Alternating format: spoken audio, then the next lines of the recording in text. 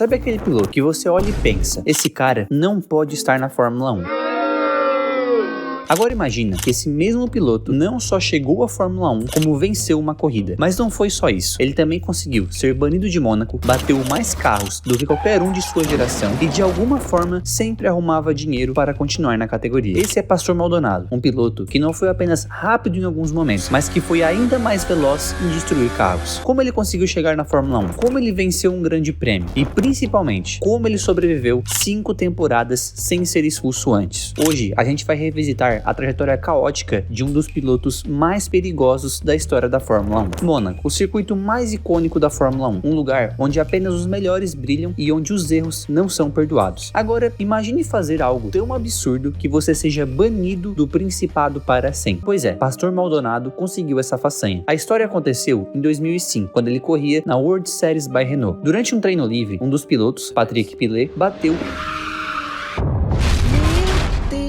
e causou uma bandeira amarela. Os fiscais entraram rapidamente na pista para remover o carro, enquanto todos os outros pilotos diminuíam a velocidade, tomando o regulamento. Todos, menos Maldonado. Em vez de levantar o pé, ele simplesmente ignorou a bandeira amarela e passou em alta velocidade pela área do acidente, quase atropelando um fiscal de pista. Pense bem, um cara que não estava em disputa de posição, não estava em volta rápida e ainda assim quase tirou a vida de um fiscal. Era o nível de irresponsabilidade que nem a categoria de base conseguiu ignorar. O resultado? Banimento vitalício de Mônaco. Sim, uma punição extrema que teoricamente acabaria com qualquer chance dele chegar à Fórmula 1. Só que aí entra o segundo elemento mais importante na carreira de Maldonado, o dinheiro venezuelano. Na mesma época, Hugo Chávez, presidente da Venezuela, estava expandindo o apoio do governo ao esporte, e Maldonado se tornou uma peça perfeita para a propaganda do regime. Ele era jovem, carismático e podia representar a Venezuela no automobilismo mundial. O governo não pensou duas vezes, pagou uma multa milionária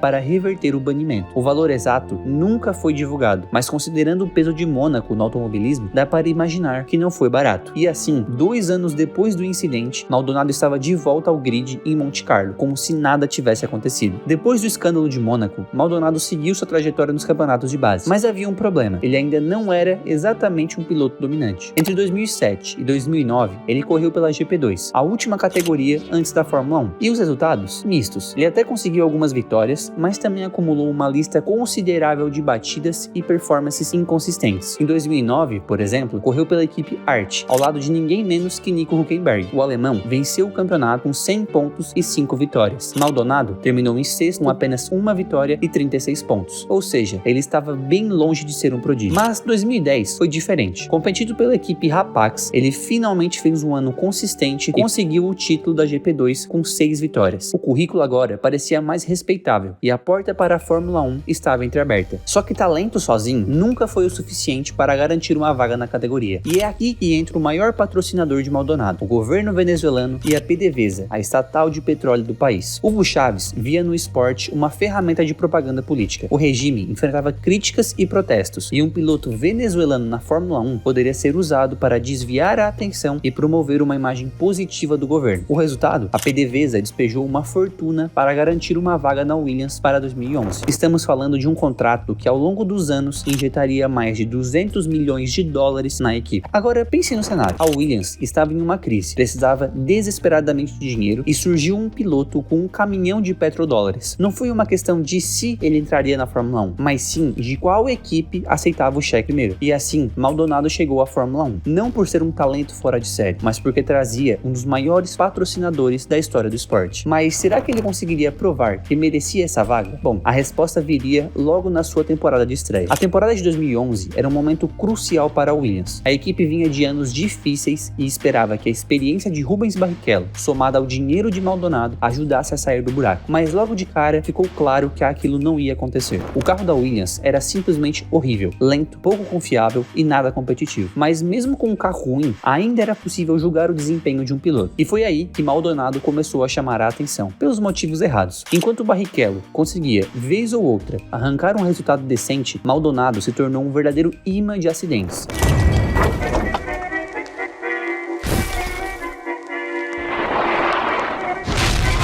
Toda corrida era uma nova oportunidade para ele bater. Rodar sozinho,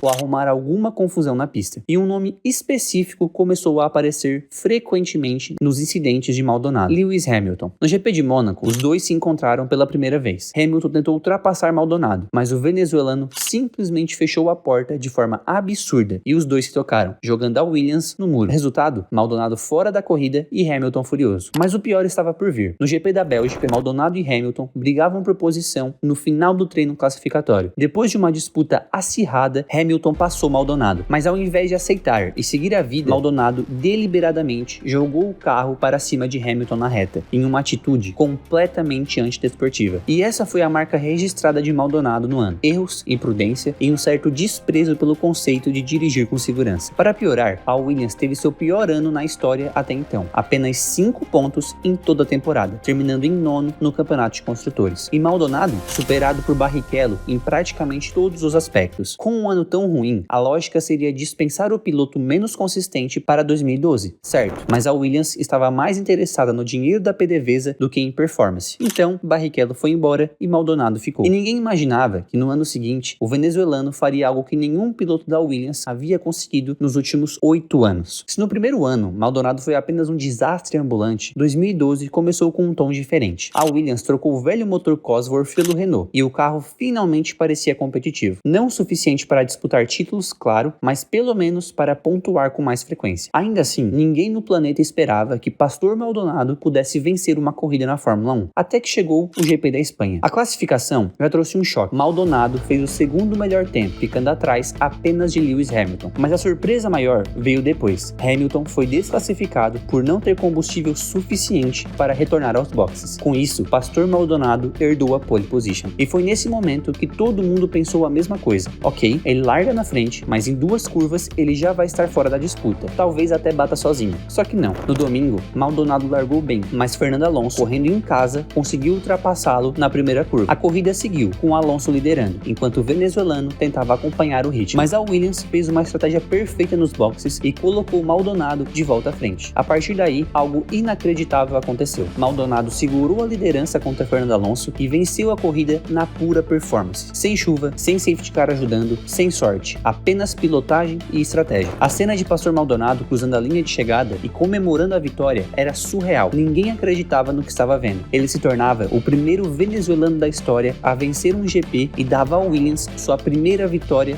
desde 2004. E o mais incrível, foi uma vitória legítima. Não foi um golpe de sorte, um acidente maluco ou um caos total na pista. Ele simplesmente foi rápido e venceu de maneira limpa. Por um momento, parecia que aquela vitória era o ponto de virada de sua carreira. Talvez, só talvez, a Fórmula 1 tivesse julgado errado Maldonado esse tempo todo. Mas, como você já deve imaginar, isso não durou muito tempo, porque logo após essa corrida, ele voltou a ser o mesmo Maldonado de sempre. Se a vitória na Espanha fez o mundo acreditar por um breve momento que Maldonado poderia ser um piloto sério, o que veio depois tratou de destruir qualquer ilusão. Porque assim que ele subiu no topo do pódio, ele voltou a ser o mesmo Maldonado de sempre. Nas corridas seguintes, ele parecia mais agressivo e descontrolado do que nunca. Era como se o GP da Espanha tivesse dado a ele um passe livre para continuar correndo como um lunático. No Canadá, bateu sozinho em uma volta rápida de classificação. Em Valência, acertou Lewis Hamilton na disputa pelo pódio, destruindo a corrida dos dois. Na Inglaterra, fez uma manobra sem sentido e jogou Sérgio Pérez para fora da pista.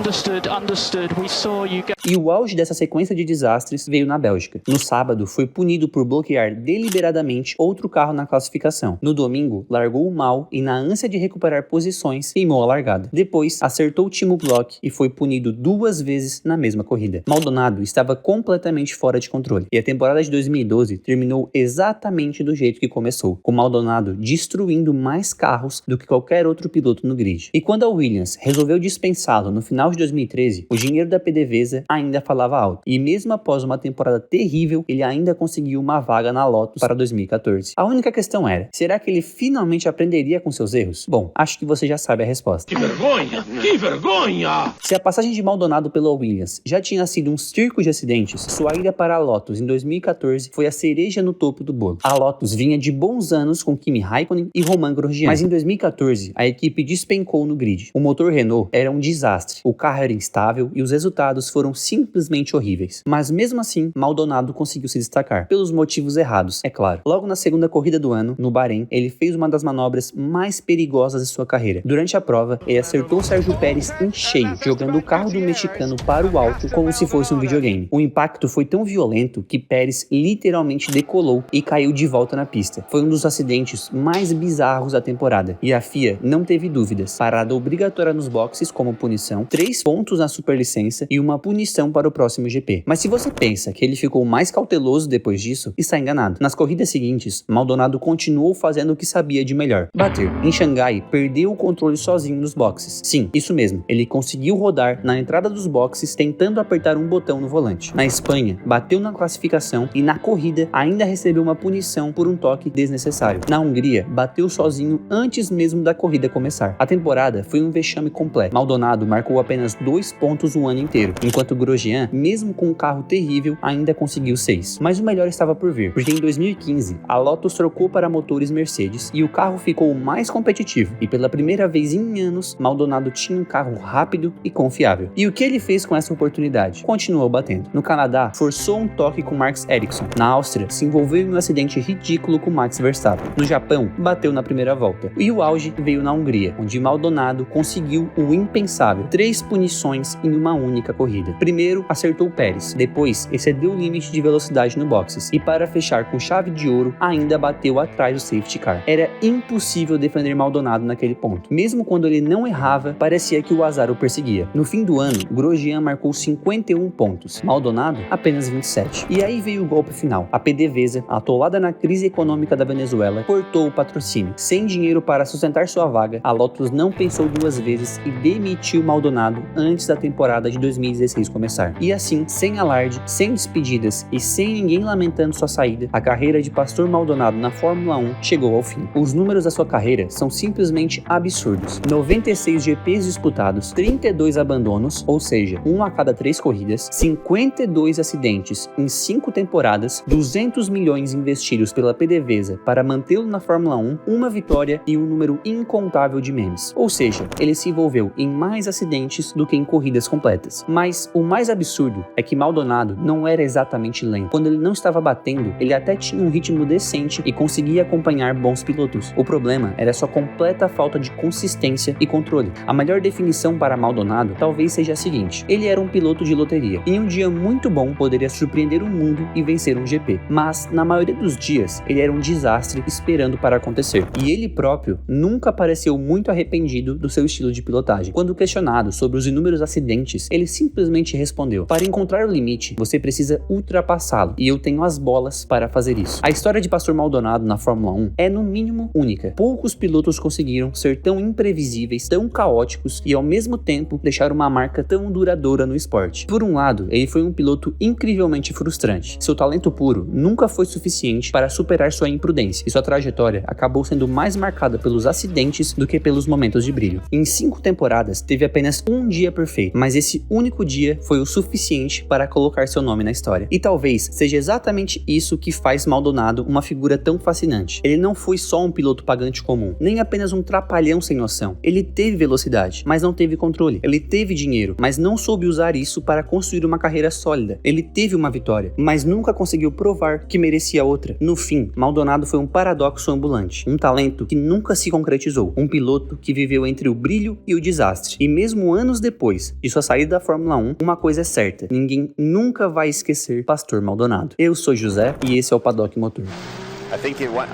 I crashed. Oh, okay.